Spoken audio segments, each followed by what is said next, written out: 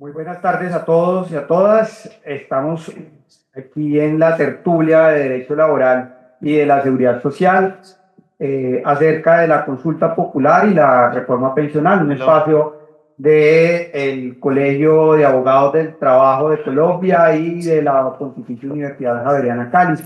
En nombre de la Decanatura de la Facultad de Humanidades y Ciencias Sociales y del Departamento de Ciencias Jurídicas y Políticas, les damos la bienvenida a este su espacio, a esta su casa. Diana, doctor Carlos, doctora Daniela, doctora Carolina, doctor Luis Francisco, es un gusto para nosotros tenerlos aquí presentes y adicionalmente al vicegobernador Juan Fernando Escandón también es un gusto para nosotros tenerlos aquí presentes, expertos abogados en el área del derecho laboral y la seguridad social para analizar un tema muy importante en el cual básicamente son tres problemáticas que podemos encontrar: el problema de la informalidad laboral y los efectos sobre el sistema pensional derivado de la aprobación de la reciente norma y su decreto reglamentario, teniendo en cuenta que pues la reforma laboral está en curso en este momento dentro del Congreso y eso va a afectar necesariamente a nuestra reforma pensional. Un segundo punto a analizar que es sobre cómo podríamos tener en cuenta el Fondo Especial para el Reconocimiento del Bono Pensional para los campesinos y la protección de estas personas, población importantísima. Y las preguntas 13, 14, 15 y 16 de la consulta popular nueva, la segunda versión, en la cual se adiciona lo correspondiente a la reforma al sistema de salud. Todos estos temas relevantes en el día de hoy y que necesariamente por una u otra manera van a afectar nuestro desarrollo legislativo y judicial de la reforma pensional. En ese sentido, quisiera darle las gracias al colegio por estar presente, a los panelistas, de parte de esta su institución, su casa, siempre bienvenidos para estos espacios, y daré el uso de la palabra al doctor Juan Fernando Escandón.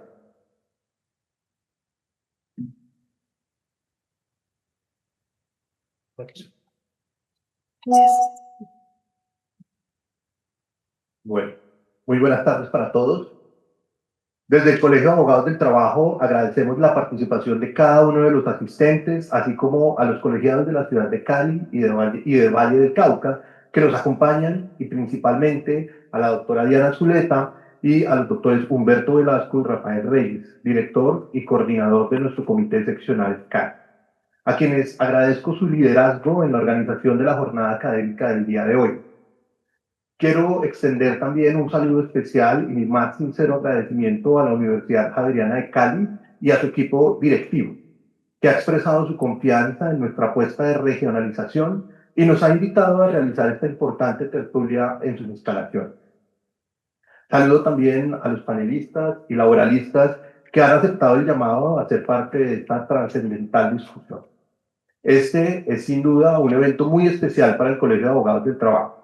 Como vicegobernador estoy complacido de continuar esta serie de tertulias en derecho laboral y seguridad social que se han convertido en escenarios de diálogo y debate constructivo sobre los temas más relevantes y de mayor especialidad en nuestro gremio.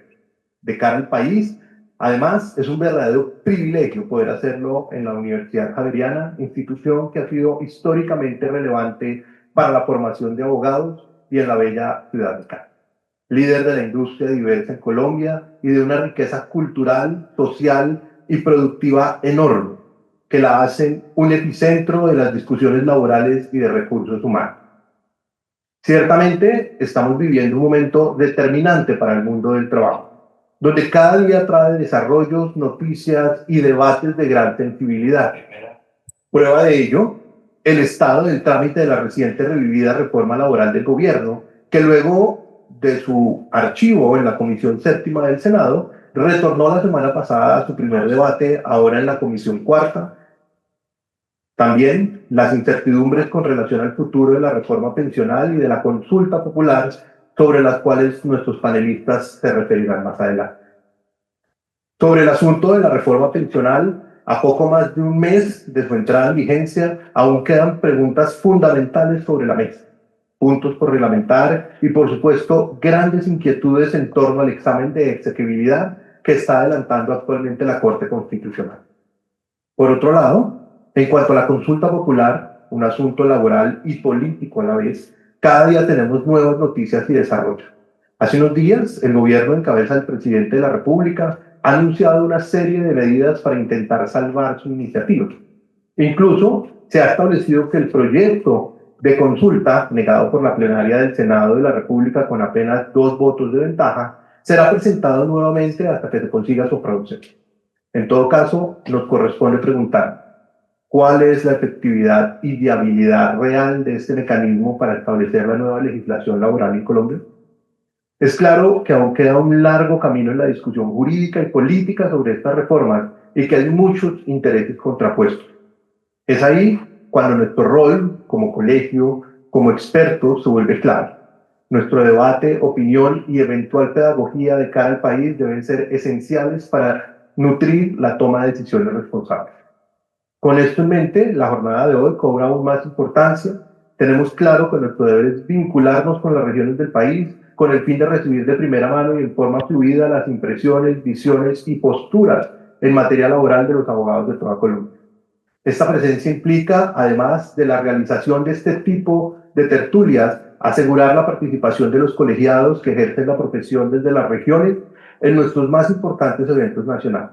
También consiste en consolidar nuestra presencia institucional en las principales ciudades del país, donde este año hemos creado comités seccionales que, bajo el liderazgo de su director y coordinador y en permanente trabajo con la gobernación y el consejo directivo, garantizarán la representatividad de todos nuestros colegiados. Para finalizar, quiero invitarlos a todos a que continúen acompañándonos en la agenda académica del colegio, especialmente en nuestro próximo gran evento nacional, el Congreso Nacional de Derecho del Trabajo y la Seguridad Social, que este año tendrá lugar en el Hotel Estelar, en Cartagena, del 5 al 7 de noviembre, y se titulará Derecho Laboral en Evolución, Tendencias, Desafíos y Estrategias. Espero que podamos reencontrarnos en ese y otros escenarios. Muchas gracias y éxitos en la Hola, buenas tardes a todos. Un pequeño aviso parroquial aprovechando las palabras del doctor Juan Fernando. Y es, veo varios colegiados, veo varios laboralistas. Entonces, este aviso parroquial es para los laboralistas que no estén colegiados, los invitamos a que se colegien. Pero queremos también hacer la promoción, ya que veo gente que más joven, con respeto a los que son mayores. La figura del colegiado aprendiz, y no sé si la conocen, se las cuento, es una figura que está viniendo siendo promocionada desde hace un par de años, donde lo que buscamos es que también los estudiantes de Derecho o recién egresados que tengan un interés en el área de Derecho Laboral puedan colegiarse con unos privilegios donde pues pueden participar de eventos del colegio como este, pues gratuito y pagando una afiliación con una tarifa bastante preferencial. Entonces, ese era el aviso que les teníamos desde el Consejo Directivo y desde el Colegio de Abogados. Si tienen interés, Marcela está afuera y pues ella les puede compartir más información. Ahora sí, perdón. Bueno, no sé qué después, no te ganas y es acá, entregando por aquí. Sí.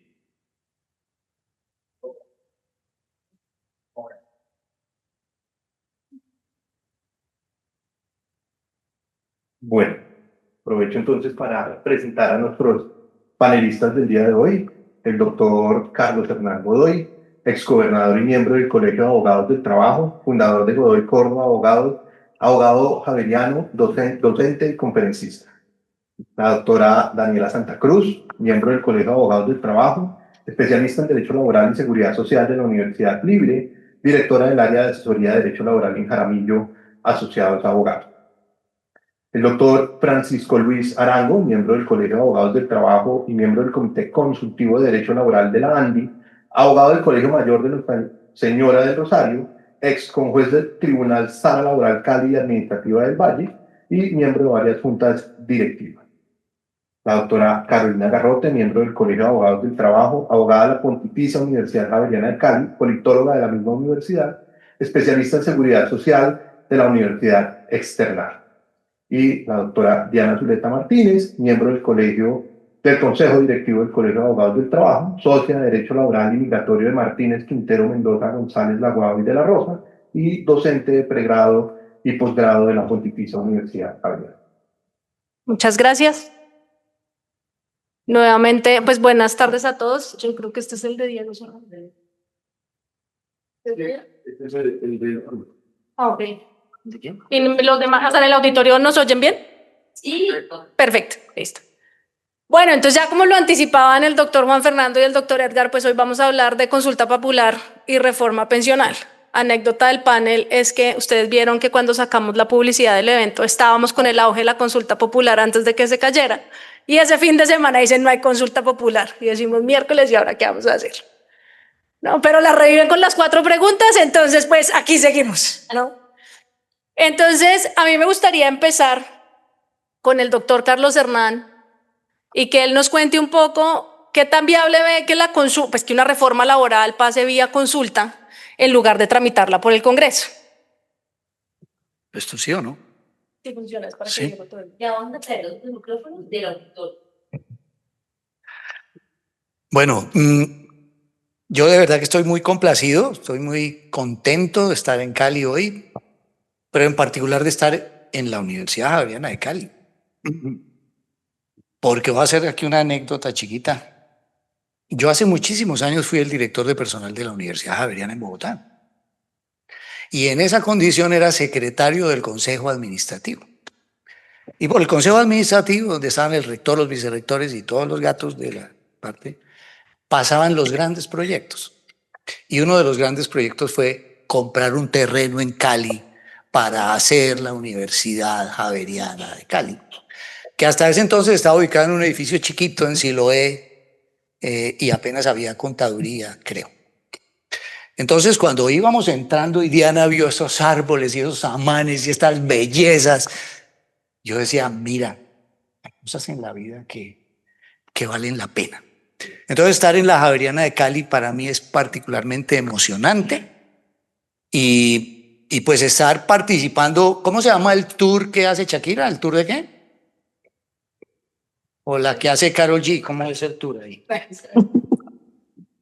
¿No ven mucho? Bueno, Son de las mujeres. esto, Mañana será bonito.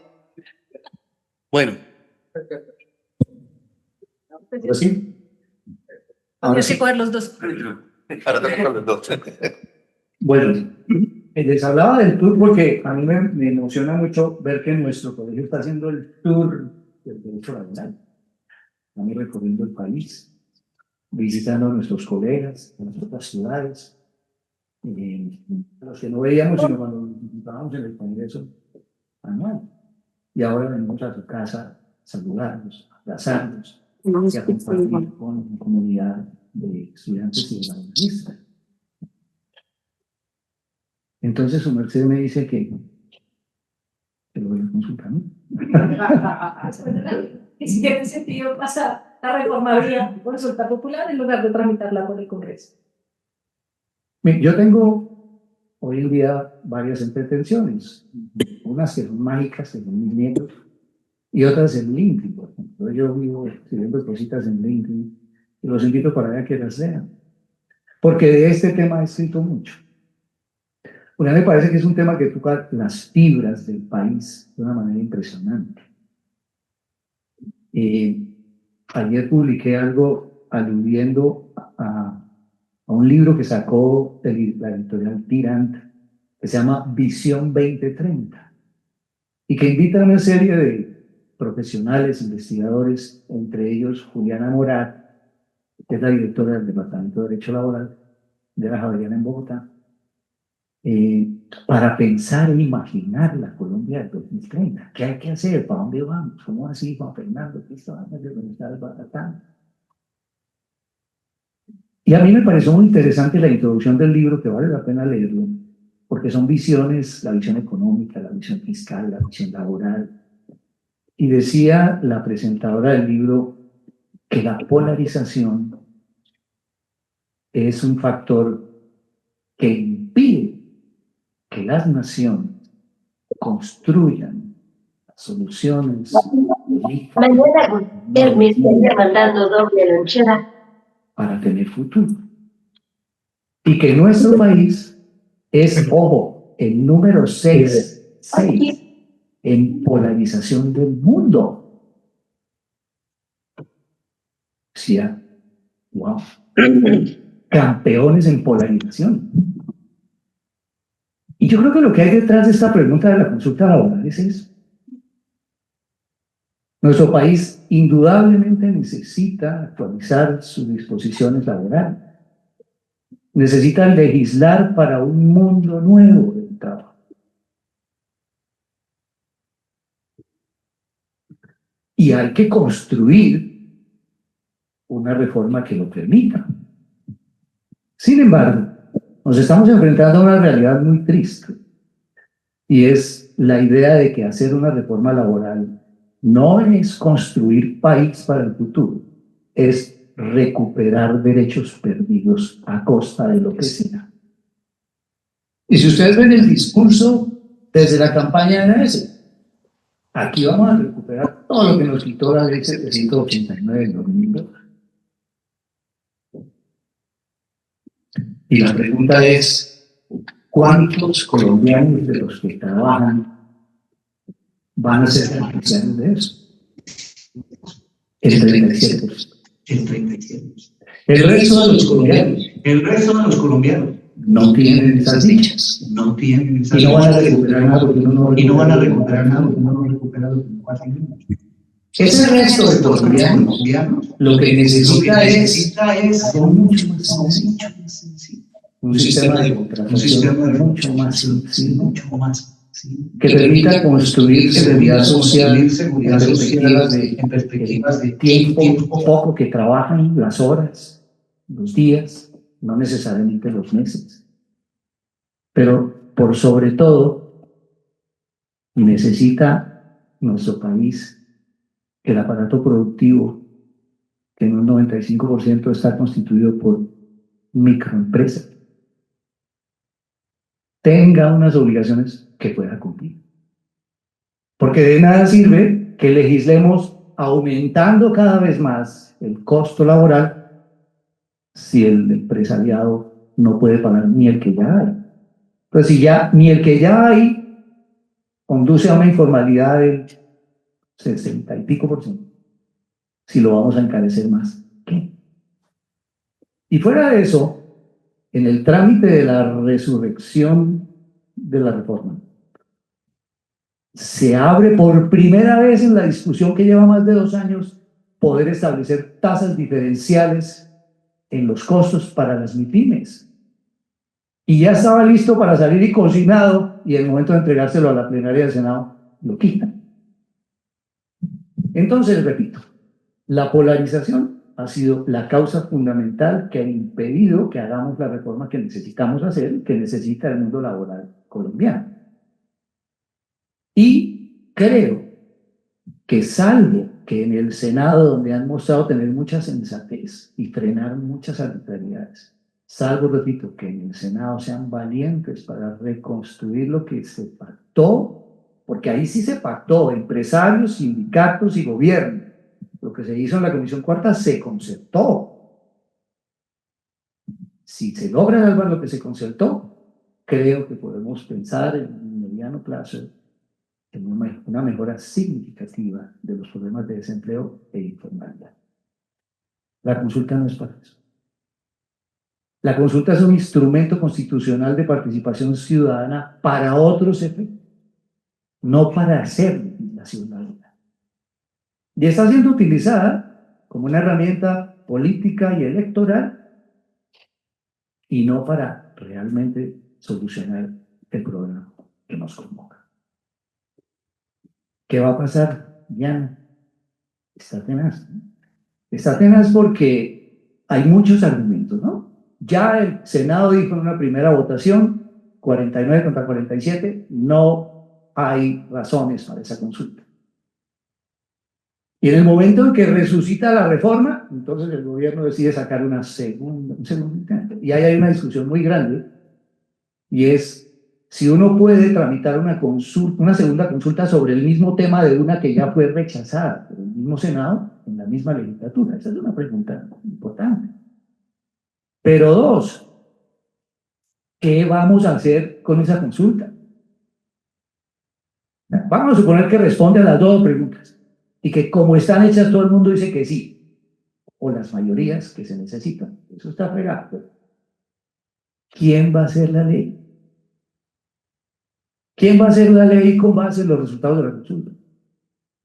El mismo Congreso. El mismo que en este momento puede hacer la reforma laboral y que le van a quitar esa posibilidad a través de la consulta, es el que va a tener que redactar las normas que desarrollen los resultados de la consulta. Entonces estamos ahí en una situación bien compleja, poco clara. Si persiste la polarización, no va a haber reforma. Y si no hay reforma, vamos a seguir en Bogotá, decimos, jodidos con un 60 y pico % de informal. Gracias. Perdón por lo de jodidos. Bueno, entonces, atendiendo como los comentarios del doctor Carlos Hernán, yo les pregunto al doctor Francisco y a la doctora Daniela, ¿ustedes creen que tiene sentido, qué explicación le encuentran a que el gobierno, producto de todo eso que ocurrió en el Senado, el 4 de mayo o algo así fue que fue por esas fechas, donde vuelve y presenta la consulta con las mismas 12 preguntas que como le presenta Carlos Hernán, ya dijeron que no, pero entonces le meten 4 preguntas adicionales de salud? ¿Qué explicación encuentran ustedes? Bueno, muchas gracias por la invitación al colegio y por la presencia de ustedes que están interesados en estos temas. Pero pues yo lo que tengo que decir es que el doctor Hernán me quitó todo lo que yo iba a decir, pues me dejó sin palabras. Entonces estoy aquí en un problema grave. Pero bien, yo quisiera pues ampliar un poquito o coincidir con algunas de las apreciaciones que ha hecho el doctor Godoy respecto de la reforma y de las consultas. En materia de consultas, a mí personalmente, pues no me cabe duda que la consulta se hundió y que una consulta no puede de ninguna manera ser revivida a través de otra consulta igual en la misma legislatura. Los jueces no votan 2 veces la misma sentencia, y eso no es que esté escrito en alguna parte, no necesita decirlo nadie. Si en el Congreso, que son tan hábiles para todas las cosas, nombran una junta directiva, la junta de la mesa directiva quedó resuelto el tema y se nombró, y no es que, ay, yo perdí, yo quiero hacer otra votación. Entonces, como todas las cosas de la vida, si se pretende algún tipo de seguridad jurídica, precisamente es la consulta no puede ser revivida en la misma legislatura. Para mí, la segunda consulta que han presentado solamente tiene 4 preguntas hábiles para ser tramitadas en el Congreso, negadas o no, y consultadas si es del caso. Eso para mí es muy claro y espero que la Corte Constitucional o creo que el Consejo de Estado aquí muy pronto se pronunciará si este gobierno se atreve pues a sacar un decreto convocando a la consulta. Yo quería reforzar un poco lo que dice el doctor Hernán en el sentido de que pues yo he tenido la fortuna de vivir pues un proceso laboral muy largo en el Valle del Cauca desde el año 75, de 70, y he visto por donde ha pasado muchas cosas.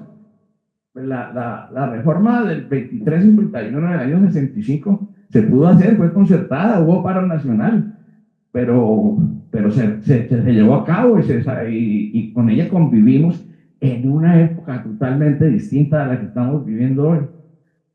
Por supuesto, había economía cepalina, eso quiere decir que las empresas no tenían competencia en el exterior.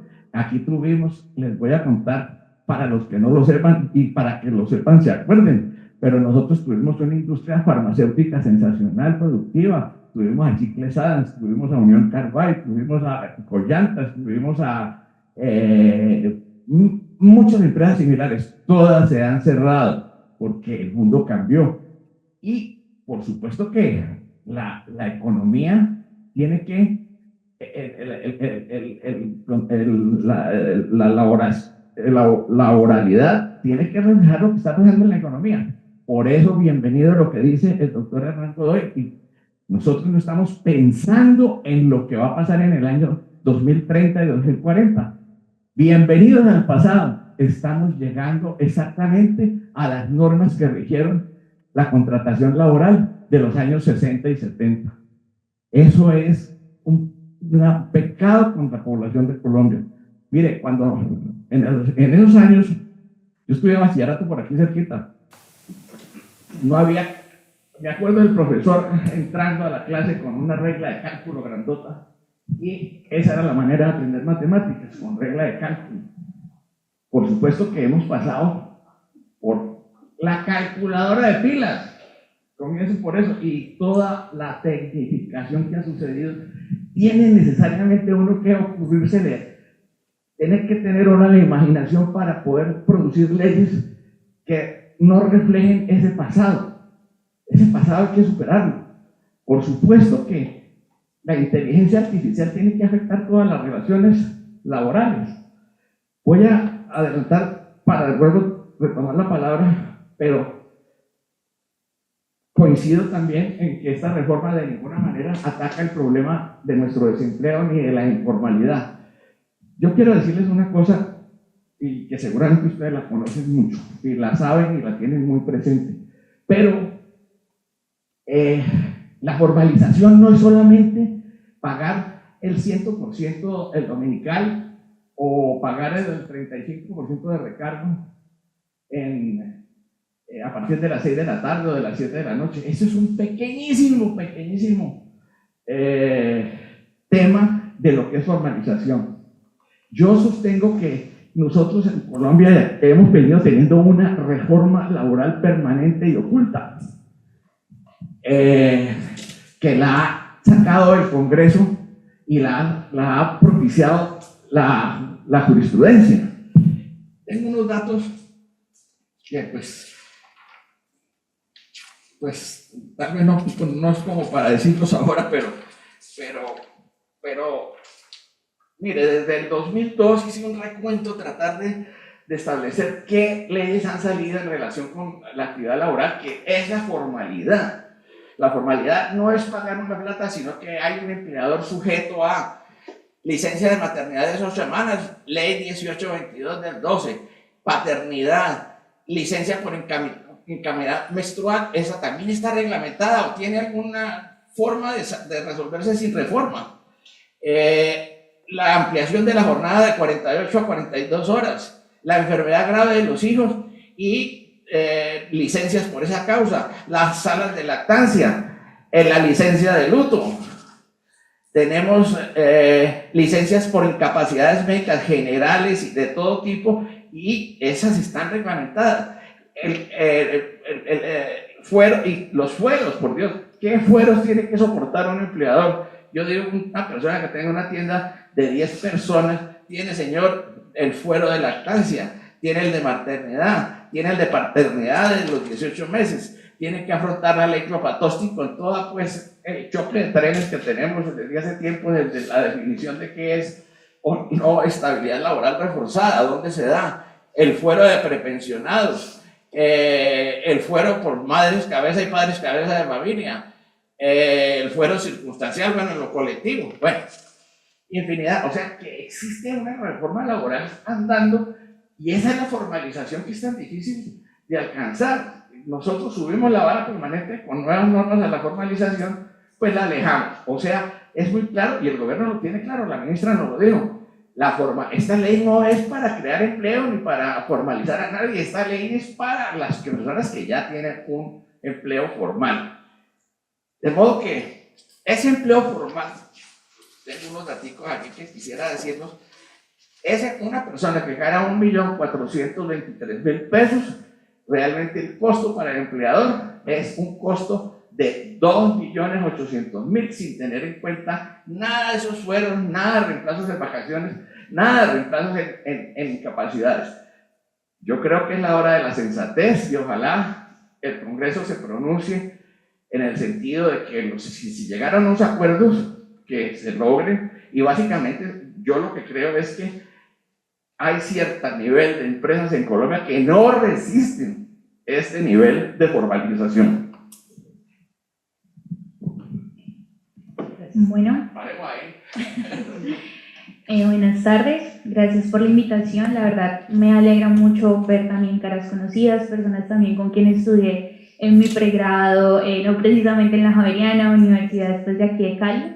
De verdad que sí. Y bueno, teniendo en cuenta que el tiempo también nos apremia un poquito más, porque algunos ahorita tienen vuelo de salida para Bogotá, y siendo muy concisa a la pregunta que hace la doctora Zuleta, para mí la respuesta es un no rotundo, ¿sí? Realmente las preguntas que tiene la consulta popular, adicionando las 4 de salud, no hacen ningún cambio. Si nos ponemos a ver el proyecto de ley que actualmente se está discutiendo en el Senado, prácticamente abarca el 100% de lo que quiere el gobierno. Entonces, retomando palabras del doctor Carlos Godoy, totalmente de acuerdo, es más un tema político, un tema de medir la vara en cómo estamos en temas de elecciones y demás, perder mucho dinero invertido a son de nada. Entonces, respecto a ese tema puntual y las preguntas tal cual de la consulta popular, incluida salud y demás, definitivamente es un no. Con la reforma que actualmente se está debatiendo y si llega a pasar en último debate y demás, y con la jurisprudencia que ya el doctor Francisco nos mencionó, definitivamente está totalmente debatido. Entonces, colocar más carga, ¿para qué? Para más informalidad, para terminar de poder liquidar empresas. Entonces, realmente es algo que no tiene una razón de ser. Gracias, Daniela. Y Carolina, te pregunto, ¿tú qué crees que conlleva el hecho de que se haya reactivado el debate de la reforma laboral en el Congreso? Porque pues hay quienes dicen que esa fue la jugada política para tumbar la consulta y que entonces se reactivara la reforma porque estaba el tema de la apelación que no se había resuelto y de pronto deciden reactivar esa discusión. Así es. Bueno, considerando que se reactivó la reforma laboral después de un recurso de apelación radicado a la Comisión Séptima, estamos frente a 2 escenarios. El primero, y el más importante, es que es un juego contrarreloj porque estará hasta el 20 de junio del 2025, fecha máxima que tendrá el Senado en plenaria, determinar si efectivamente la reforma laboral sigue, continúa con modificaciones de la manera en cómo está planteada, total o parcialmente. Y el segundo, que creo que es el más importante, es que claramente en un 70% que se ha adelantado el debate legislativo tendremos una reforma laboral. Esto, en términos laborales, para los laboralistas se entiende que es una pérdida de oportunidad de una reforma laboral que realmente necesitábamos y que tenía que responder a las necesidades que plantean los informes de la OIT, como son la informalidad, la falta de trabajo digno y justo, las condiciones geográficas de nuestro país que determinan una diferenciación en empleo, un empleo formal, y considerando que hoy el problema mayor es que tenemos una tasa del 50% de informalidad, cuando vemos que viene una reforma laboral con un antecedente de la disminución de jornada laboral que implica que el salario incrementa, porque sabemos que estamos pagando el mismo salario por menos horas. Las empresas, sobre todo las que tienen turnos sucesivos o que necesitan que se siga ejecutando la misma labor, pues obviamente van a tener que pagar una jornada suplementaria que no he entendido como horas extras. En ese sentido, amarra a las empresas, a las compañías, que paguen más con la disminución de horas, que contraten un tiempo suplementario que lo van a pagar con un valor, un factor de reemplazo diferente, igual que vamos a ver que se va a incrementar el dominical, el recargo nocturno. Y como lo decía muy bien el doctor Carlos Godoy, terminó siendo una treta histórica para revivir la ley 782 del 2002, más no una norma que realmente implique una transformación laboral que mejore las condiciones laborales de los colombianos. Entonces, frente a estas consideraciones, es una reforma política que busca acabar con el proceso neoliberal de nuestro sistema y busca una modificación pero realmente no obedece a las necesidades sociales que hoy tiene este país y que requería en este momento formalizar, porque al implementar las tasas de reemplazo, que realmente es lo que más hace la reforma laboral, lo único que hace es abrir más la brecha de informalidad. Estoy segura que en unos 5 o 10 años vamos a tener la oportunidad de estar aquí y veremos cómo la tasa de informalidad, que hoy es el 50%, será de un 70% más. Entonces, definitivamente, pues lamento que sea una pérdida de oportunidad de una reforma laboral que combinara todas las normas y el desarrollo legal y jurisprudencial que necesitaba este país. Gracias, Carolina. Y aprovechando esa respuesta, te pregunto a Carlos Hernán y de pronto a la misma Carolina también. ¿Qué creen entonces ustedes que deben ser los aspectos que deben ser rechazados de plano, aceptados y o modificados de lo que se está debatiendo en el Congreso como reforma laboral, que nos queda ya el último debate? Nos las repartimos, ¿no? Entonces, yo digo, no. A ver, mire, lo primero que no puede cometer el país es el error de laboralizar el contrato de aprendizaje. Ese sería un error garrafal. Yo dije en el encuentro de laboralistas de la ANDI hace un par de semanas que no puede ser que sobre pretexto de sindicalizar a los aprendices para abrazarlos en la CUT estemos empeñados en volver a las épocas del Antiguo Testamento, cuando el contrato de aprendizaje era un contrato de trabajo. Ya aprendimos que el contrato de aprendizaje es una forma especial para preparar a los futuros trabajadores. Yo digo, déjenlos ser primero trabajadores y después, si quieren, sindicalícenlos, pero no los sindicalicen para volverlos trabajadores. Es que es invertir totalmente el orden de las cosas. Entonces, para mí, Diana, ese sería mortal. Y ese quedó en la ponencia que se presentó a la plenaria, por fortuna. Y menciono otro para que nos repartamos del asunto. A mí me parece supremamente grave que hayan reversado la inaplicación de la reforma para las MIPYMES, porque es la primera vez que sensatamente se dice, lo hemos hablado muchas veces, no estamos hablando de las grandes empresas, estamos hablando de las empresitas, que son las que generan la mayor cantidad de empleo en el país. Entonces, cuando sensatamente en la Comisión Cuarta se dice no se van a aplicar este incremento de los recargos a las MIPYMES, están diciendo lo que debe ser. Esa es la única manera realmente de no agobiar más al microempresariado. Esa, lamentablemente, le metieron reversa ya en el momento de entregar la ponencia, y en la ponencia que se entregó se quitó. Hay un sector, y con esto termino esta parte, que se va a afectar muchísimo si sale la reforma como está, que es el sector, todos los sectores que funcionan en la noche, los restaurantes, cierto comercio, el turismo. No aguanta esos reajustes. Y el proyecto se había aprobado y se concertó que a ese sector tampoco se le aplicaba. Porque es que el problema no es que paguen más, el problema es que preserven empleo, que conserven empleo, que los que no tienen tengan, no que los que ya tienen tengan más. Eso por ahora. Bueno, dentro de las modificaciones que le ha hecho la Comisión Cuarta de la Cámara a la reforma, aplaudo una de las modificaciones, que es mantener el carácter especial del aprendiz SENA o del contrato de aprendizaje, valorando que el 75% de la remuneración sería en la parte electiva y 100% en la parte práctica.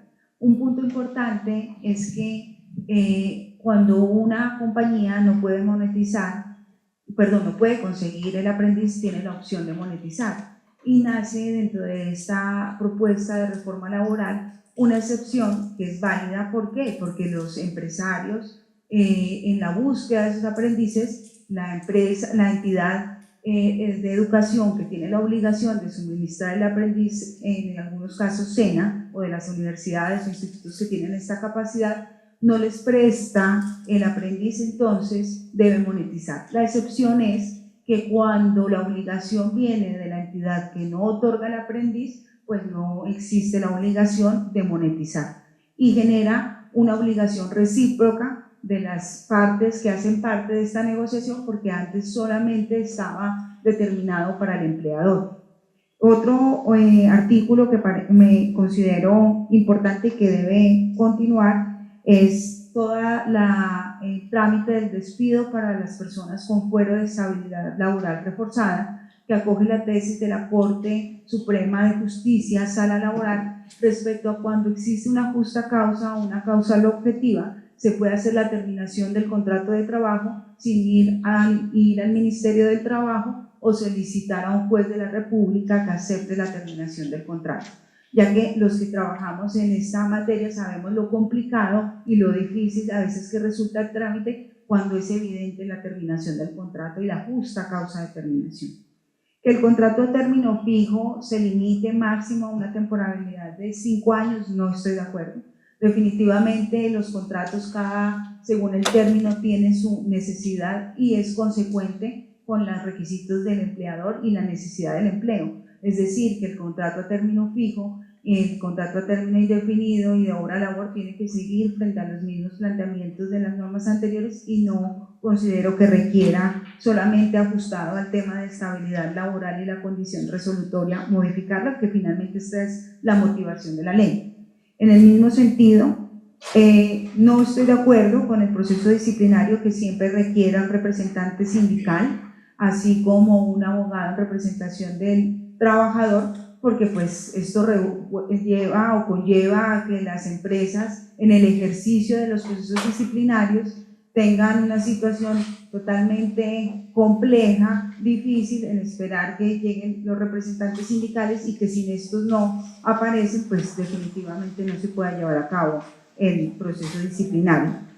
Y como último, celebro de la reforma el pago del internado médico obligatorio para los estudiantes de medicina. Me parece maravilloso y realmente entre esos pues, que tienen la obligación el centro médico de afiliarlo al sistema de seguridad social integral, salud, pensión y riesgos laborales y pagarle como mínimo un salario mínimo mensual legal vigente. Esos serían como mis... Gracias. Aclarando con lo de los médicos internistas, los que están en los internados, que esos son los que lo atienden a uno cuando uno va a la clínica, no son los que por lo menos les pagan su salario, ¿no? ¿Aló? Perdona que interrumpa y intervenga aquí con un par de cosas que me parece importante destacar.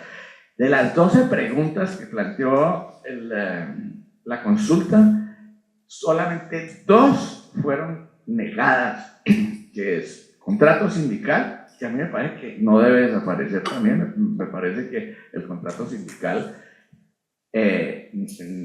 la consulta lo está tratando siempre como si fuera ilegal.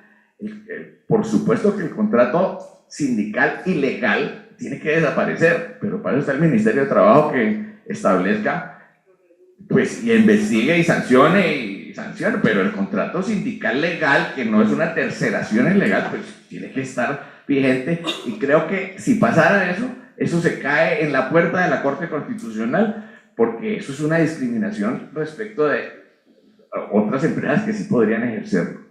Y se cae después, y por supuesto lo el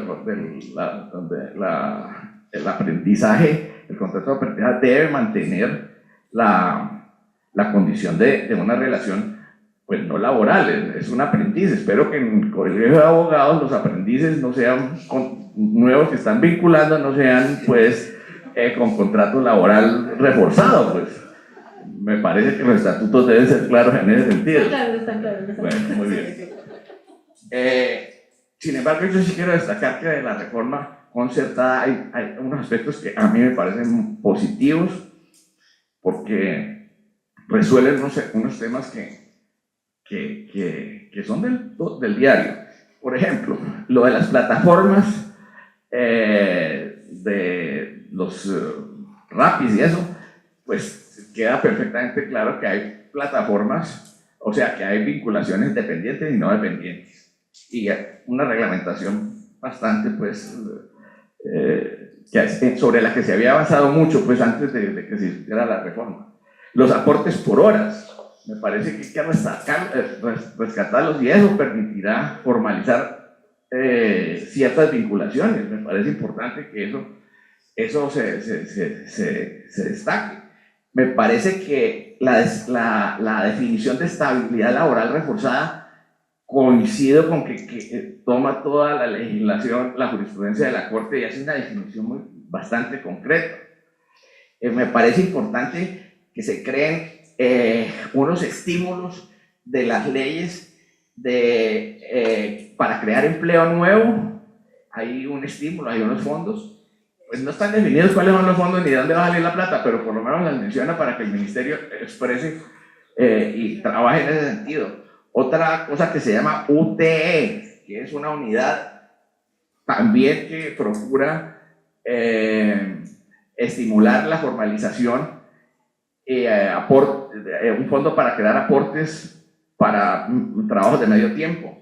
La ley del primero y último empleo, me parece que ahí hay un espacio grande para lograr formalizaciones. Entonces yo sí quería mencionar que hay aspectos que son concertados y que me parece que pueden serle útiles al país. Gracias. Bueno, un poco como para resumir las posturas, ¿qué creen ustedes que deben ser, y 30 segundos para cada uno porque se me están extendiendo mucho las respuestas, que deben ser los aspectos sustanciales que debe abarcar la reforma laboral para atender la necesidad socioeconómica del país y cómo están operando las empresas, digamos, o sea, y me refiero en términos generales, más allá de lo que cada uno puntualizó frente al contrato de aprendizaje, el tema de las MIPYMES, o sea, qué es lo que sustancialmente le hace falta para efectos de la reforma. Estoy hablando mucho, qué pena, pero no. voy a decirnos un par de cosas. Mire, yo creo que las reformas laborales no son mágicas y a través de una reforma laboral no se puede conseguir definitiva ni empleo ni nada de eso. Para mí las reformas laborales son un anexo, un acápite de una política económica general de estímulos y de estímulos nacionales e internacionales, y la creación de empleo no depende solamente pues, de una política interna, sino de lo que está sucediendo en el mundo. De modo que una reforma laboral que contenga una solución mágica para que haya pleno empleo, eso no existe. Lo que sí existe es que de darse una política nacional de pleno empleo o de propiciar el empleo, una reforma laboral está dentro de ese marco. Yo voy a recordarles una cosa porque me parece que aquí existe un mito, y es el de que con las reformas de la ley 789 del 2002, que modificó los recargos, que eso todo el mundo dice al unísono que eso no sirvió para nada, que eso fue un fracaso y que por eso es que hay que volver a lo anterior. Es que lo anterior no había servido tampoco para nada. Les recuerdo que en el año 1999 y 2000, o sea, el preámbulo de cuando se dio la reforma de la ley 789, veníamos de tasas de desempleo del 20%. Después del 2003 comenzaron a caer y en el 2015 fue la tasa más baja que tuvo Colombia, que fue de el 9% o 7.8%, que es la más baja que ha alcanzado. La reforma nunca, digamos, por sí misma podía haber bajado todos los niveles de desempleo, pero sí creo que contra ese mito sí contribuyó por lo menos a que el empleo bajara, así fuera marginalmente. Vemos que ese mito no es tan válido y por supuesto coincido en el sentido de que una reforma laboral, ni la bajar o subir los recargos va a definir pues que haya pleno empleo en Colombia. ¿Alguien más? Bueno, si queremos hacer una reforma laboral que atienda realmente a las necesidades del país, tenemos que atacar la informalidad y para eso No necesitamos realmente una reforma laboral, sino unas políticas públicas que mejoren los condicionamientos de las empresas. Y eso también va a conllevar a que exista mayor protección social frente al sistema de seguridad social en todas las contingencias sociales del ser humano, y en este caso de los colombianos.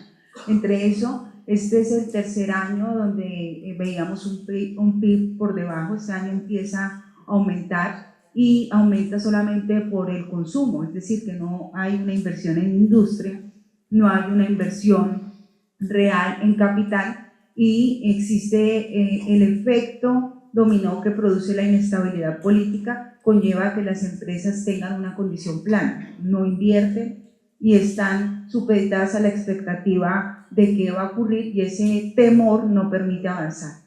En ese sentido, considero que la forma en que podemos atacar realmente es revisando internamente cómo funciona el derecho laboral o las relaciones laborales en nuestro país. Entre eso, las diferencias geográficas, donde determina, ejemplo, un campesino que puede ir a ordeñar en una finca y se demora 1 hora, y después pasa una finca y se demora 2 horas ejecutando una labor. No hay que satanizar ese trabajo por horas. ¿Por qué? Porque nos está mostrando cuál es el relacionamiento del campo, del campesino, nos demuestra cómo funciona también en las industrias, y ese es el marco que tenemos que entender para formalizar y para que esas formas de trabajo también tengan aseguramiento frente al sistema de seguridad social, pero no bajo una idea de lo que debe ser, de lo que tenemos que revivir del año 2002, con la ley 789, y en ese caso construir un país desde la formalidad, generando canales de atención que permitan mejorar a las empresas y darle oportunidades de creación de empleo. De lo contrario, lo único que vamos a hacer es distanciarnos más y llevar a que la brecha de informalidad y trabajo indigno crezca en creces. Sin dejar de mencionar que la tasa de informalidad en el campo, donde se estaba hablando, es del 82%. O sea, el peor de los espacios de informalidad es el campo. Tú dices 30 segundos. Yo creo que si hay que hacer algo de verdad importante para combatir la informalidad, tiene que ver con una regulación de aportes por horas. Y ojo, antes cuando uno terminaba la carrera de Derecho decía, ¿usted va a ser abogado dependiente o independiente? Ahora es dependiente o cuentapropista. Porque los trabajadores a cuenta propia son un sujeto que contabilizan en las estadísticas de empleo, desempleo y demás, ¿verdad? Pues el cuentapropista tiene que pagar el 100% de los aportes, que cuando se es trabajador dependiente, apenas el trabajador paga o 1/3 o 1/4, el resto lo paga su empleador. Entonces, ¿a cuenta de qué vamos a castigar el empleo independiente con unas tasas de aporte como si fuera empleado pero pagando el 100%? Eso tiene que acabarse, porque además los cuentapropistas ya sí pesan mucho en las estadísticas de trabajo, y lo único que les falta para ser formales es que los dejen aportar a la medida de sus posibilidades. Muchas gracias. Y para cerrar el tema de consulta, les hago una pregunta a todos, y es, ¿qué esperar del trámite en el Congreso? ¿Y cuáles creen que sería el impacto de la no aprobación de la reforma en el Congreso? Y ahí les pongo, si quieren considerarlo, el tema de los decretos que se anunciaron hace un par de años, como parte de la regulación que proponía el ministerio si era que no pasaba la primera reforma. Pues entonces devolvamos por acá. Mire, tan es claro que detrás de la reforma hay simplemente un interés electoral, que no han sacado los decretos, porque si el gobierno fuera consistente ya los habría sacado, y habría por lo menos sacado de las necesidades dentro de la reforma temas que pueden ser regulados mediante decreto. Yo lo que creo que va a pasar, esto lo digo un poco pensando con el deseo, es que el Senado va a aprobar una reforma laboral recuperando algunas de las cosas que el empresariado había pedido a cambio de lo que dio. Ahorita estábamos mirando aquí el resumen de temas. La reforma está creando una prima extralegal en la medida en que las empresas den ciertas utilidades. Entonces le está diciendo al empresariado, compartan sus utilidades. Claro, eso lo aceptó el empresariado siempre y cuando sacaran a las MIPYMES del incremento de las tarifas, y siempre y cuando sacaran a ciertos sectores. Se quedaron con la prima y le hicieron, en Bogotá decimos pistola, yo no sé cómo le dicen en el valle, conejo a los empresarios con lo que eran reducciones. Realmente, como recuperando un poco de todo lo mencionado frente a qué pasaría, yo también considero que muy probablemente pueda pasar un texto de reforma laboral. Sin embargo, lo mencionaba el doctor Francisco, el doctor Carlos, nada mejor que algo concertado, porque es que algún impuesto no funciona. Y realmente se ha visto que dentro de las discusiones que ha habido dentro del Congreso y demás, si bien el sector de empresas está dispuesto a ceder en algo, es que no están cerrados a decir, no, venga, es que estoy negado 100% a una reforma, no, porque realmente la necesitamos. Realmente necesitamos una reforma laboral que vaya acorde con estas nuevas tecnologías, con esto nuevo que está pasando en el mundo empresarial, pero algo concertado y que vaya muy de la mano también con la realidad social de Colombia. Y es que tenemos que pensar en todos los sectores e individualizarlos de cierta manera, porque si no, generalizarlo va a generar un golpe demasiado fuerte para lo que creemos minorías y termina siendo gran parte de las mayorías de Colombia. Entonces, dentro de mi criterio personal es, si necesitamos la reforma laboral, realmente el texto podría, el que está actualmente para el último debate, podría solucionar parte de esos inconvenientes que tenemos, pero no logra realmente el objetivo que se busca con ella. Gracias. A ver, yo creo que como ya la reforma laboral es una reforma política, creo que va a pasar la reforma a los trancazos o como sea, pero el 20 de junio va a haber una reforma laboral. Ojalá que se coincida esto, porque los senadores no se van a someter al chantaje de tener que competir con el gobierno y los senadores digamos, del pacto o los senadores del gobiernistas a un desgaste tan terrible que los van a golpear durísimamente con el argumento de que no dejaron pasar la reforma, ¿verdad? Como no entonces, porque si no pasa la reforma, entonces nos revive otra vez la consulta. Y en una consulta, la que sea, digamos, legal o ilegal, es someter a los senadores a un proceso de desgaste absolutamente terrible. Yo creo que la reforma va a pasar. ¿Cómo va a pasar? Pues uno no tiene la bola de cristal, pero creo que los senadores y en el ambiente que puede darse en el Senado puede propiciar o mejorar un poco el texto que hay en los aspectos que se han escuchado aquí. Muchas gracias. Bueno, entonces ahora entremos en reforma pensional, que también está de moda porque ya está la ponencia negativa y estamos esperando a ver qué pasa en la Corte Constitucional. Pues bueno, ya vimos que la ley 2381 cambia el régimen pensional, establece los 4 pilares, el pilar solidario, el semicontributivo, el contributivo, donde ahora va a permitir la coexistencia de regímenes para los afiliados según el ingreso base de cotización por un monto estará no solo en Colpensiones, o los que superen el umbral de 2.3 salarios van a estar en Colpensiones y en fondo privado.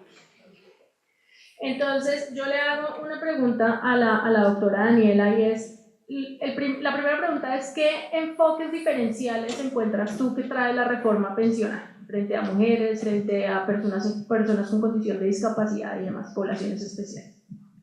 Bueno, personalmente he sido una de las personas que creo que ha criticado profundamente la reforma pensional desde el día 1 de su proyecto y soy de las que profundamente cree también que muy probablemente la Corte Constitucional va a declarar inexequible totalmente esta reforma y ojalá que sea así.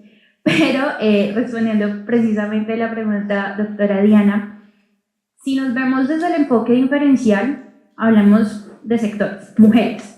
Si bien mantenemos la edad diferente entre hombres y mujeres en cuanto a los requisitos y demás para pensión de vejez y todo, pues tenemos un artículo que es bastante llamativo dentro de la reforma pensional y que con el decreto reglamentario nos aclaró tantas suposiciones que habíamos hecho cuando recién se aprueba esta reforma, y es la reducción de las semanas de las mujeres por cada hijo con el límite de los 3 hijos. Entonces hablamos de que esta ley trae todo lo que la Corte Suprema de Justicia y Corte Constitucional nos ordena de frente a la reducción de las semanas de las mujeres, donde tenemos que llegar a 1000 gradualmente, pero además dice, con un enfoque social y pensando, creo yo, considero, que en poder visualizar esa labor de las mujeres cuando son madres, ¿no? Que se disponen a sus hijos y demás, y es... ¿podría entonces una mujer pensionarse a las 850 semanas? Eso nos lo preguntábamos cuando recién estaba el tema de la reforma pensional, y el decreto totalmente lo abarca de la A a la Z respecto a esta reducción y nos dice sí. Las mujeres se van a poder pensionar con 850 semanas con unos requisitos, es que pues son 3 hijos nacidos vivos como límites y que obviamente una vez agotado todo el sistema de equivalencias, pues no logre ese cumplimiento de las 1000 semanas. Ese como enfoque diferencial de las mujeres. Ahora, la población con discapacidad es un tema que va muy del pilar solidario, ¿no? Es un tema de que hablamos de una renta básica que puede llegar hasta el 80% de un salario mínimo, ¿cómo? No sabemos, pero puede llegar al 80% de un salario mínimo, y pues dentro de este pilar solidario pues abarca el tema de las personas con discapacidad para poder ayudarles o pues a futuro ver todo este tema de cómo poder solventarlos de cierta manera. Y ahora, creería yo que el decreto reglamentario como la ley habla en diferentes artículos de raizales, palenqueros, campesinos y demás, pero termina siendo algo enunciativo. Realmente no termina siendo lo que empezó la reforma pensional con el decreto, y es, sí, nombramos, queremos, pero enunciamos y dejémoslo para que luego otros órganos o después salga otro decreto reglamentario sobre esto mismo. Entonces, si bien hay un enfoque que queremos y ser inclusivos, un enfoque diferencial sobre este tipo de personas y demás, aún falta camino para poder pronunciarnos si realmente se lleva o no esos enfoques con cada sector. Gracias, Daniela. Y hablabas del decreto reglamentario, entiendo que es el 514, cortico, el decreto, ¿no? Cortico, 100 paginitas nada más. Y ahí surge un gran interrogante, y es, porque es parte de la crítica que se le ha hecho a la ley de la reforma pensional, y es que deja muchas cosas para la reglamentación, primera pregunta, o si se expidió la ley de esa manera intencionalmente, y si ese decreto lo que busca es, y voy a hacer la pregunta retadora, es lo que busca es enderezar el caminado de lo que les quedó faltando en la ley, o lo que no quedó tan bien definido en la ley. La verdad es que para mí el decreto termina siendo un poco la repetición de la ley, ¿sabes? Dejemos para reglamentar luego, sabemos que quedaron faltantes muchísimos, falta mucho por hacer, y lo iremos haciendo poco a poco, iremos subsanando poquito a poquito. Con el decreto se subsanan algunas cosas, por ejemplo el sistema de equivalencias respecto a ambos regímenes, por decirlo así. Hablamos de aclaraciones frente al tema de reducción de semanas, hablamos de diferentes puntos, más bien como definiciones y aclaraciones sobre lo que puede ser. Pero si bien trata de enderezar un poco el caminado de la ley, que es realmente mi criterio, se queda corto porque termina dejando 100 páginas donde sí, recopilemos, mencionemos conceptos y demás, pero al final terminamos en las mismas prácticamente y no terminamos avanzando como quisiéramos frente a la reforma pensional. Y hago otra pregunta sencilla, y es uno de los artículos del decreto, que no me acuerdo cuál es, porque tiene 100 páginas, pero menciona que existe la posibilidad de renunciar al régimen de transición previa asesoría, o sea, le meten el tema de la doble asesoría ahora al régimen de transición, y la pregunta es, ¿el régimen de transición es un derecho renunciable, doctora Carolina? Bueno, para contestar esta pregunta tenemos que hablar de 2 principios fundamentales del derecho laboral y la seguridad social, que es el principio de irrenunciabilidad y el principio de favorabilidad, en el cual está contenida la condición más beneficiosa. La ley 2381 del 2024 establece en el literal O del artículo 4 la irrenunciabilidad, y en el mismo texto, en el artículo 75, el régimen de transición. y nos plantea la expectativa legítima que tienen algunas personas para pensionarse aún con la reforma de la ley, con la ley 100 del 93, con unos requisitos de semana y edad. Entonces refiere que los hombres se pueden conservar el régimen de transición, es decir, ley 100 del 93, si cuentan a la entrada en vigencia con 900 semanas y las mujeres con 750 semanas. Bajo ese ejercicio, pues efectivamente el artículo 41 y 53 de la Constitución Política de Colombia nos dice que los derechos pensionales, por tener un carácter de fundamentales, son irrenunciables, pero al mismo tiempo determina que la favorabilidad del sistema para aquellas personas que, a pesar de que son de régimen de transición, es decir, hombres con 900 semanas y mujeres con 750 semanas en entrada en vigencia en la ley de la reforma pensional, puedan renunciar al régimen de transición y solicitar que se les tramite o que sus derechos sean reconocidos con la reforma pensional.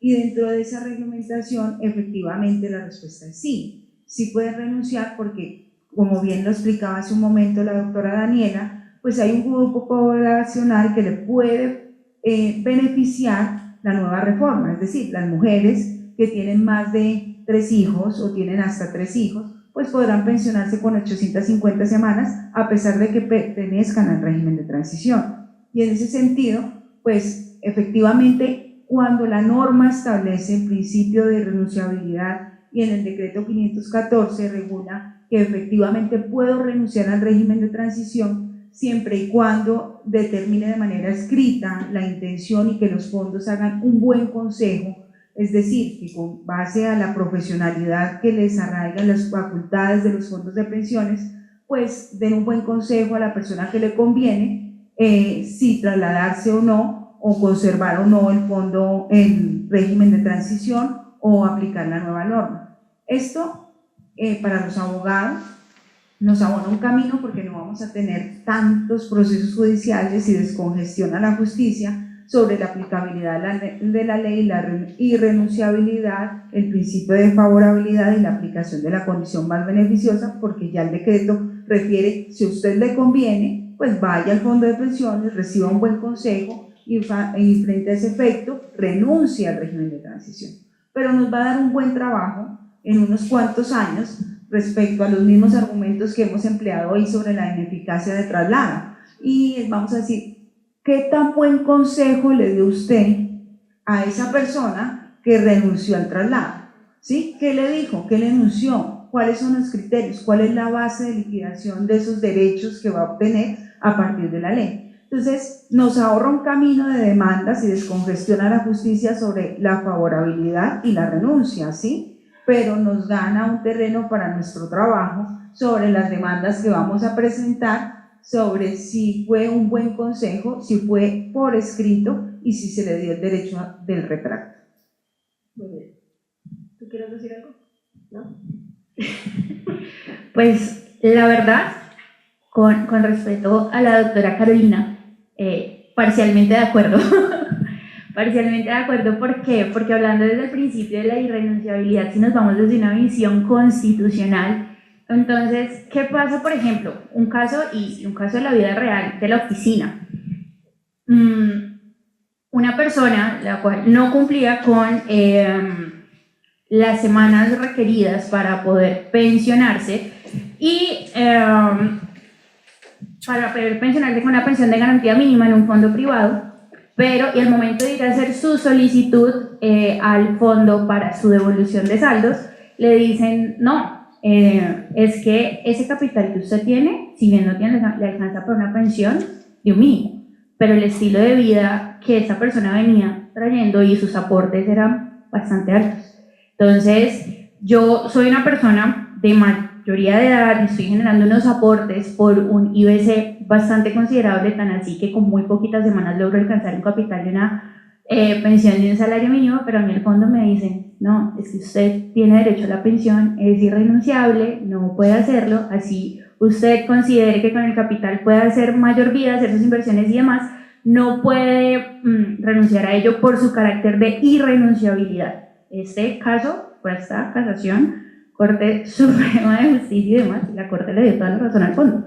Una persona que prefería su devolución de saldos y demás, porque fue muy poco el tiempo de cotización, pero pues su capital le alcanzaba para una pensión de un salario mínimo.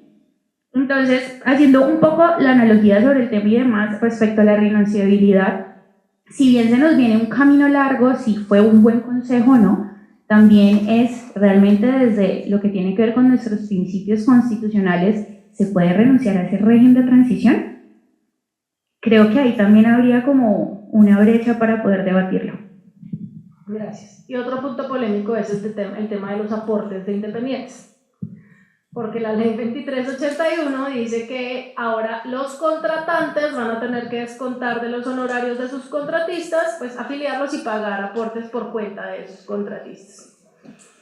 Pero sale el decreto 514 y dice que las partes podrán acordar que el contratante sea quien haga la cotización. Entonces, la primera pregunta es coherente, creo que me la van a responder con la misma forma que se hace la pregunta.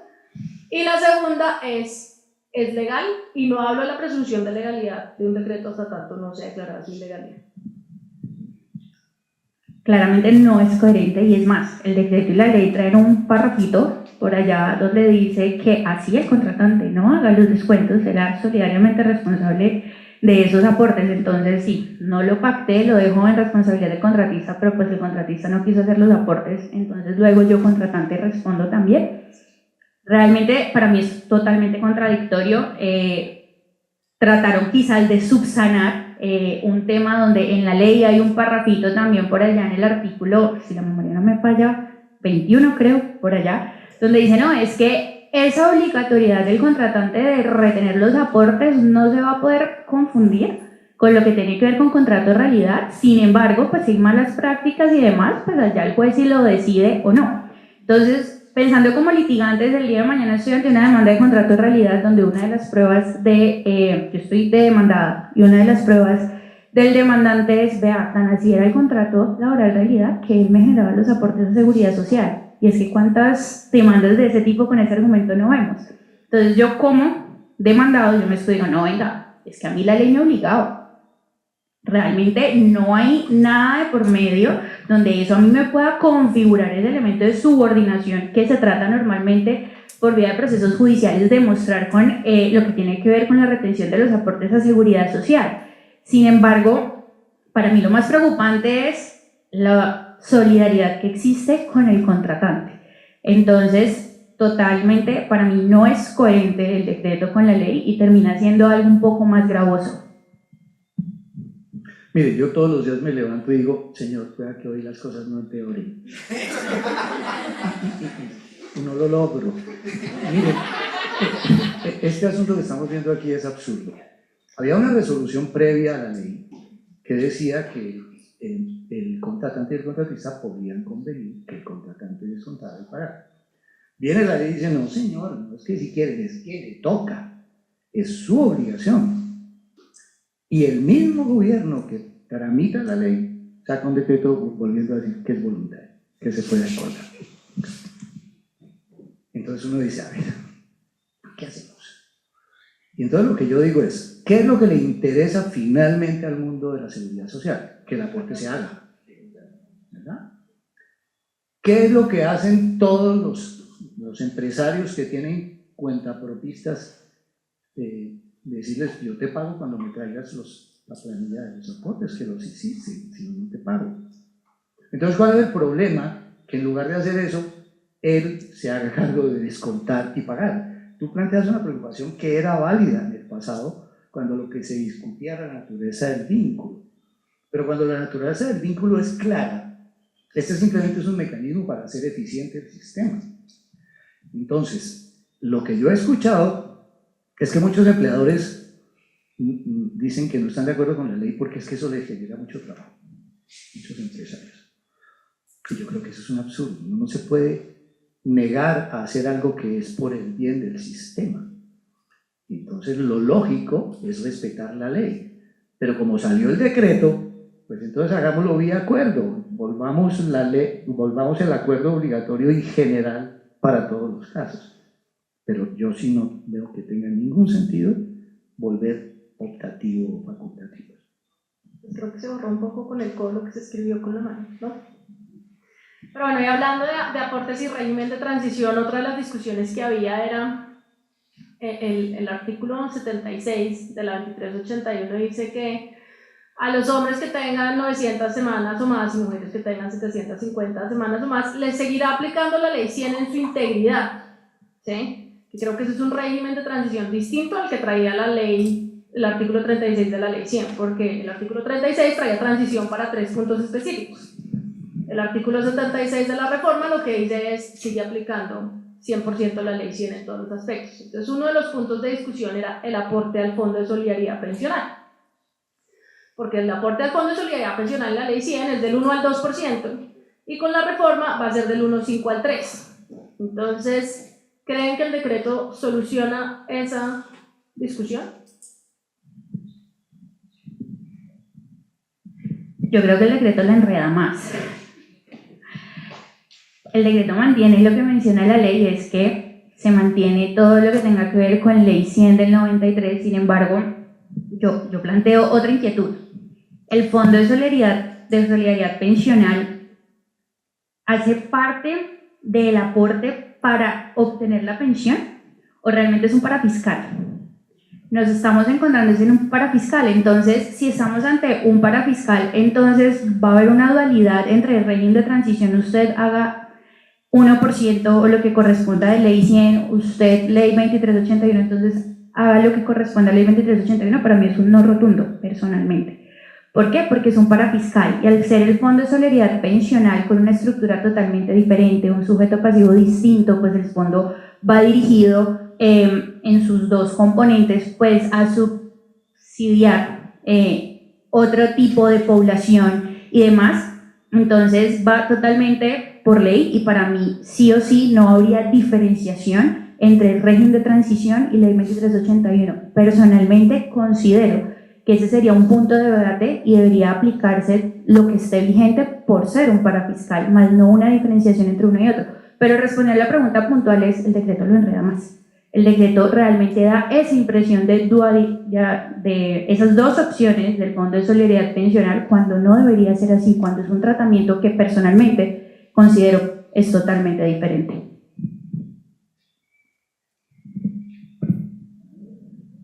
¿Quieres hablar? ¿Quieres responder? Es que yo sí quiero opinar. Yo soy moderadora, pero yo discrepo de esa posición y yo creo que el decreto sí soluciona la discusión. Ahora, en virtud de lo que el sistema busca, que es recaudar, se va a generar esa discusión, pero por un motivo distinto. Además, porque piensen que a quienes se les va a subir ese 1% de aporte no es a los trabajadores del mínimo ni a los que no declaran renta. Son trabajadores que obviamente tienen un ingreso importante y que ya les está aplicando una tarifa de retención en la fuente superior al 30%. Entonces, cuando ya no me descuentan el 32 sino el 33, estoy segura que más de uno va a dar la guerra para mantenerse en el 32. ¿Sí?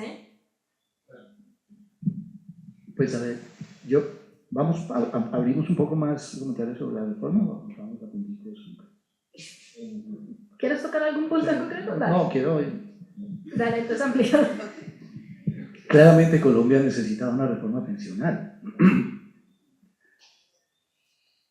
Y uno de los aspectos en que lo requería la ley, y lo trata de hacer, que es acabar con la dualidad de sistemas. La dualidad de sistemas llevaba esto al caos. Cuando se logra construir una unidad de sistema hasta cierto nivel de salarios y de ahí en adelante ya sí entran los aportes, entran a funcionar los fondos de pensiones, pues se está solucionando esa necesidad. Entonces, hasta 2.3 salarios estamos en prima media, con prestación definida, y de ahí en adelante estamos en ahorro individual con solidaridad. Pero cuando uno utiliza una reforma pensional no para resolver los problemas, sino para hacer campaña política, entonces le mete el pilar solidario. Entonces resulta que ahora, por cuenta del sistema de pensiones, los trabajadores colombianos, independientes o dependientes, van a financiar lo que era el rubro de subsidios a cargo del Estado. Porque ningún sistema pensional está diseñado para pagar subsidios para los más necesitados. Para eso no son los sistemas de pensiones. Yo veía en estos días un estudio de unos analistas que decían que le va le va mejor al que nunca aportó con el pilar solidario que al que aportó poquito pero no logró la pensión. ¿Eso tiene lógica? El que hizo aportes recibe a la final menos que va a recibir, de lo que va a recibir el que nunca hizo aportes. El sistema pensional no es para subsidiar. Las políticas de los estados para ayudar a los más necesitados no se financian con los aportes de los trabajadores. Tienen fuentes distintas de las cuentas nacionales. Termino diciendo, en un post de hace poquito, repliqué una columna que decía del profesor Estefano Farné, su profesor, ¿no? Bueno, pero del externado, diciendo, tenían razón los economistas, ¿lo viste? Y sí tenían razón porque la plata del sistema aguanta máximo 10 años. En 10 años el sistema pensional nuevo está colapsado. Y cuando uno lee a Jerome, la niña estudiante que creó ¿cómo se llama? El hashtag de con mi ahorro no, dice, esta niñita tiene toda la razón, porque finalmente lo que están haciendo es dándole caja al gobierno de turno para que dentro de 10 años no haya con qué pagar las pensiones.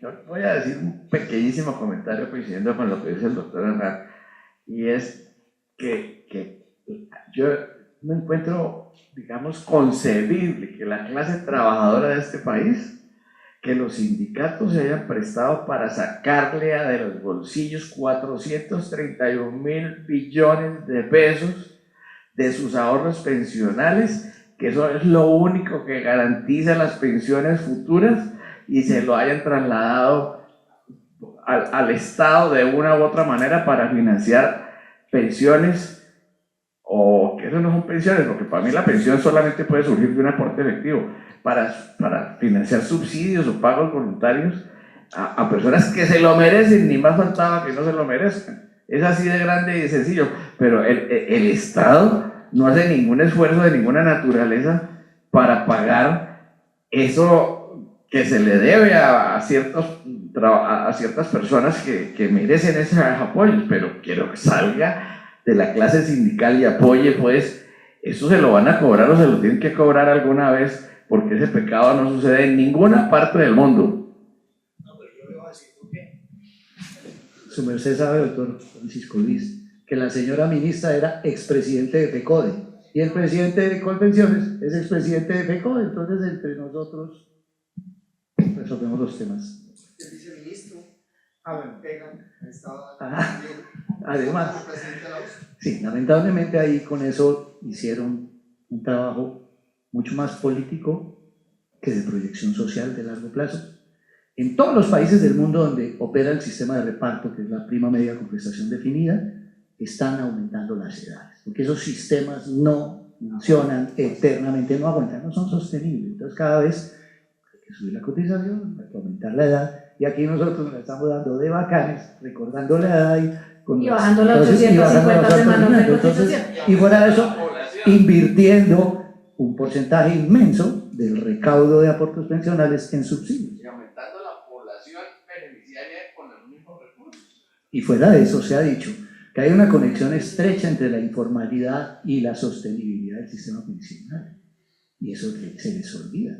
Entre más trabajadores haya aportando, el sistema es más sostenible. Y mientras sigamos teniendo una informalidad del 60 y pico %, pues esa población no está contribuyendo a sostener el sistema. Y entonces van a pasar o al solidario o al semicontributivo. ¿Y su pensión qué, doctora? ¿Qué hacen? Exacto. Uno que contribuye.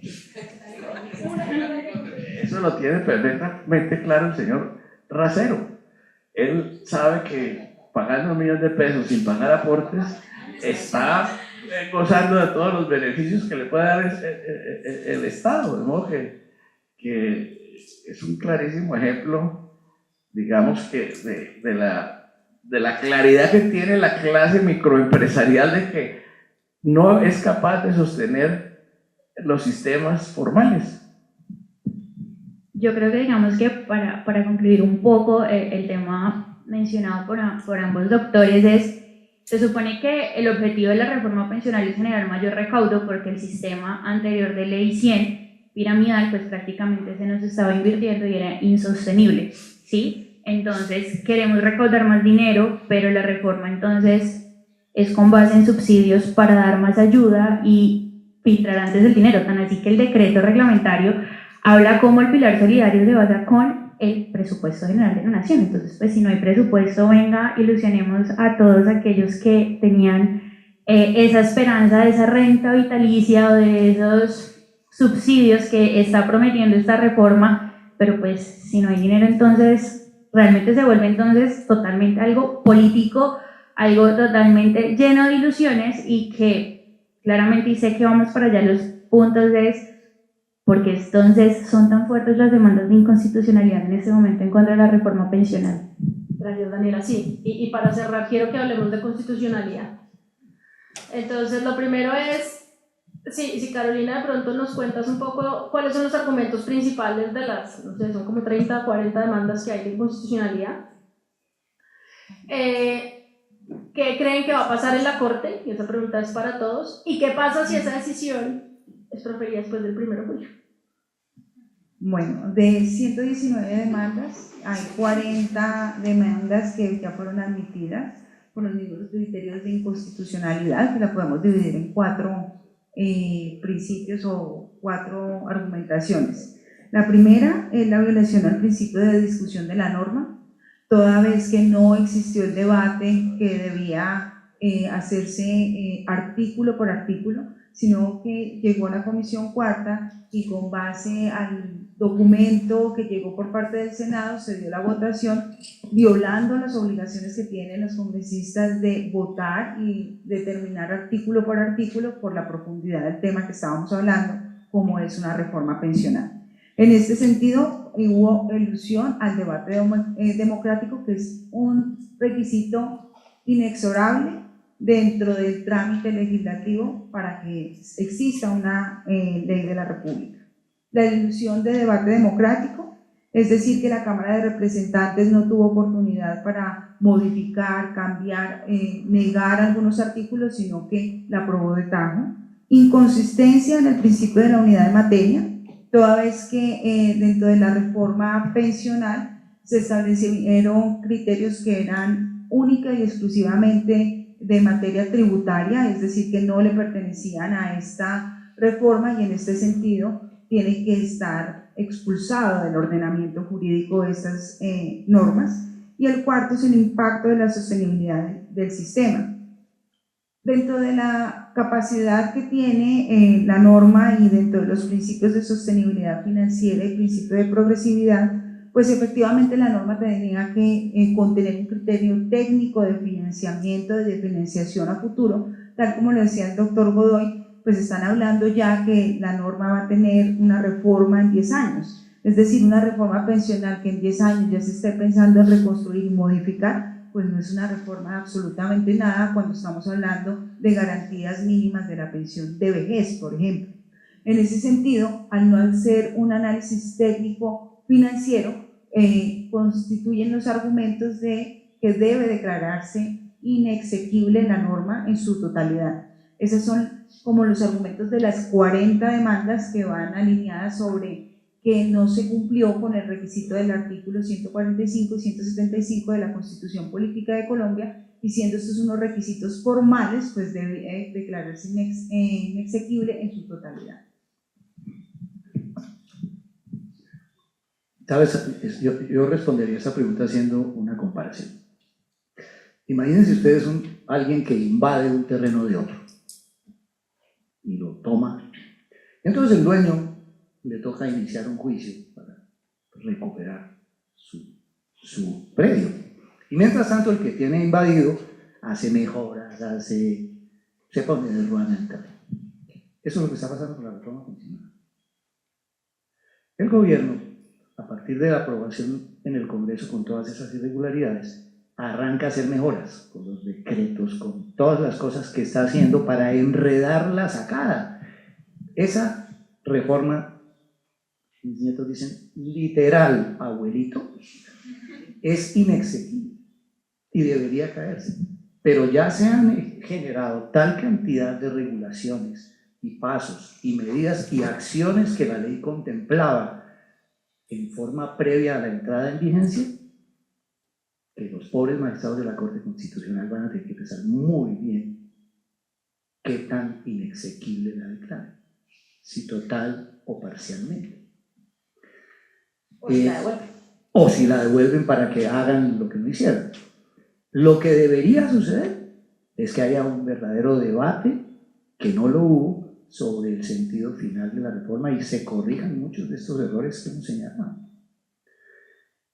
El presidente de la Corte Constitucional, que le ha correspondido en suerte decirle no a muchas cosas que ha hecho el gobierno, hoy hablábamos, incluido por ejemplo el tema de las regalías. ¿Se acuerdan ustedes que querían poner a pagar impuesto sobre las regalías? Eso se cayó y el ponente fue el doctor Jorge Enrique Ibáñez. Y le han tocado otras cuantas. Él es un jurista puro y en la pureza del derecho esa reforma se debería caer.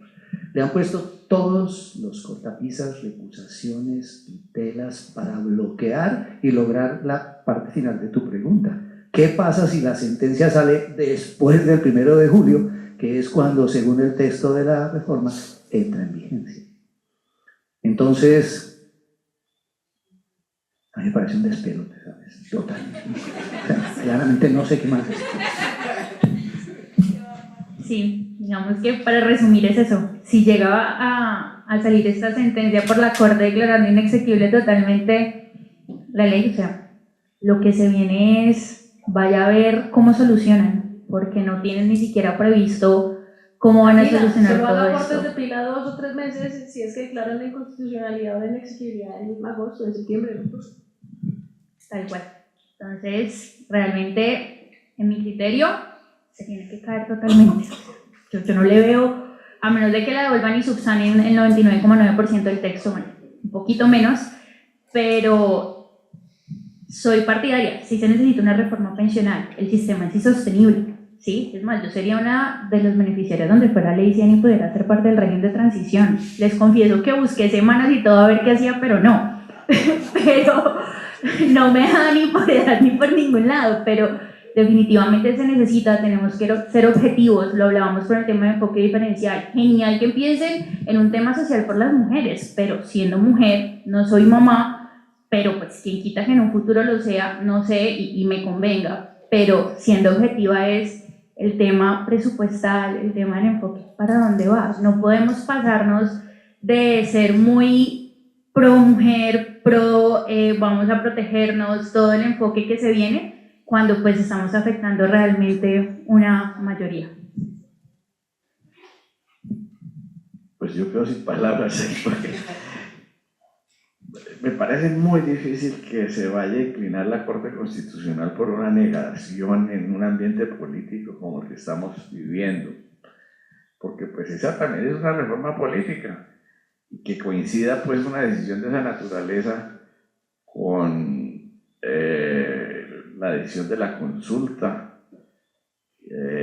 y además con el tema que está pendiente ahí de la reforma a la salud, que también pues está pendiente, de modo que pues yo sí creo que los magistrados van a tener que hacer milagros ahí para ver cuál es la solución más jurídica, pues, si lo fuera. Coincido que definitivamente hay unas violaciones más o menos flagrantes a la tramitación de la ley, pero me inclino a pensar que la Corte va a devolver, cosa que es pues ilegal, pero lo puede hacer, a devolver el texto al Senado o a donde estaba la irregularidad para que se amplíe otra vez el debate. Diana, respecto a esa pregunta también no podemos olvidar que ya la vigencia de la ley empezó en marzo, digamos, cuando 1.5 millones de colombianos escogieron a qué régimen de ahorro individual después de los 2.3 salarios mínimos mensuales legales vigentes. Y en ese sentido, pues ya si la Corte Constitucional declara total la inexequibilidad de la norma, pues digamos que ese ejercicio se pierde, pero es un ejercicio menor.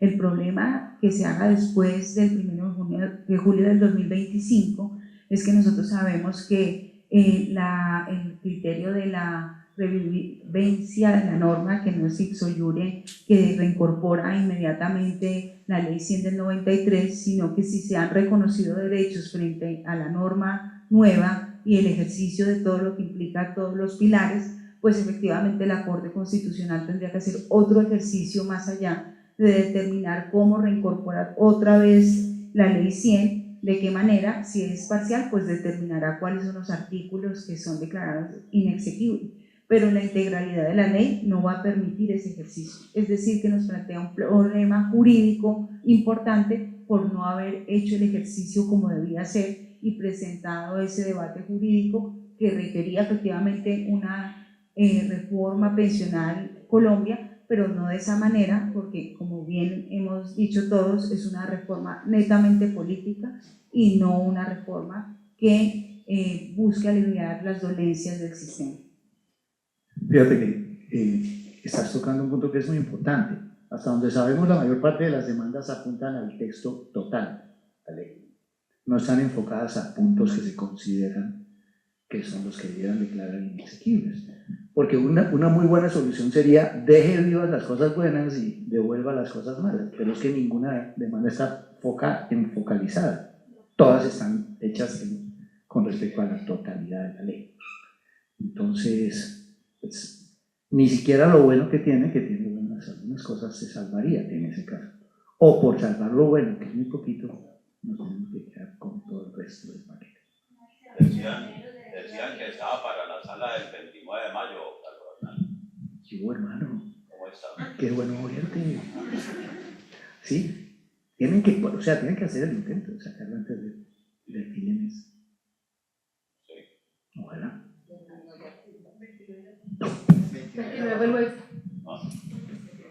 Bueno, pues nada, creo que eso era lo que teníamos para hoy. No sé si tengan más comentarios, observaciones, sino a los panelistas. Mil gracias, Carlos Hernán, Carolina, Daniela, Francisco Luis, mil gracias. Gracias a la Javeriana, gracias al colegio y gracias a ustedes por participar de este espacio.